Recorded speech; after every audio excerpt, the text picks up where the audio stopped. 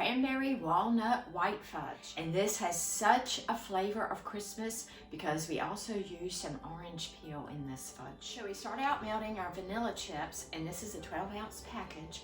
You can do this on the stovetop or in the microwave. I'm going to use the microwave. What I always like to do is add about a half a teaspoon of a shortening or a coconut oil. We're going to melt our chips in the microwave starting on high power for 60 seconds, and then we'll stop and stir every 30 seconds until they're melted. We want to use glass because once it gets warm, it holds on to that heat for a while, and we want that residual heat. Add 3 ounces of softened cream cheese and go ahead and stir it into your warm chips. I'm going to put this back in the microwave on high for 30 more seconds.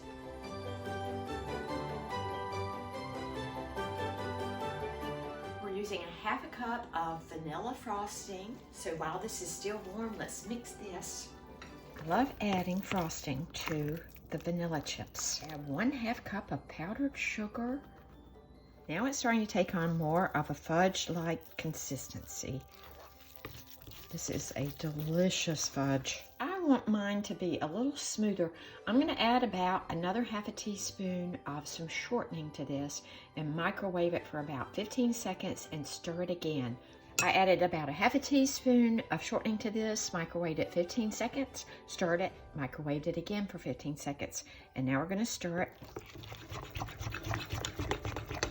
Even though the original recipe did not call for that shortening, look at what a difference a half a teaspoon makes. Gives it a smoother, creamier consistency, and it sets up beautifully. And that's what I wanted. Now we're adding 3/4 of a cup of walnuts. Add 2/3 cup of sweetened dried cranberries. And 1 teaspoon of orange peel. I zested 1 orange because I prefer fresh orange peel, but I wanted it to dry out just a little. So I did that first thing this morning, and I let it sit out for a couple of hours. So that's probably closer to 1.5 teaspoons, but either way, I love orange with cranberries and walnuts. Now this fudge is one of my favorites. If you wanted to, you could add a bit of an orange extract if you have it.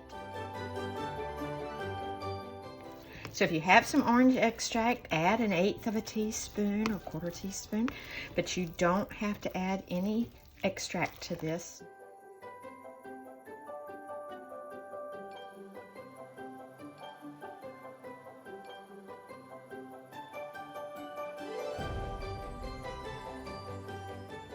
This goes in the refrigerator for 1 hour to firm up, and then we'll remove it and cut it into squares.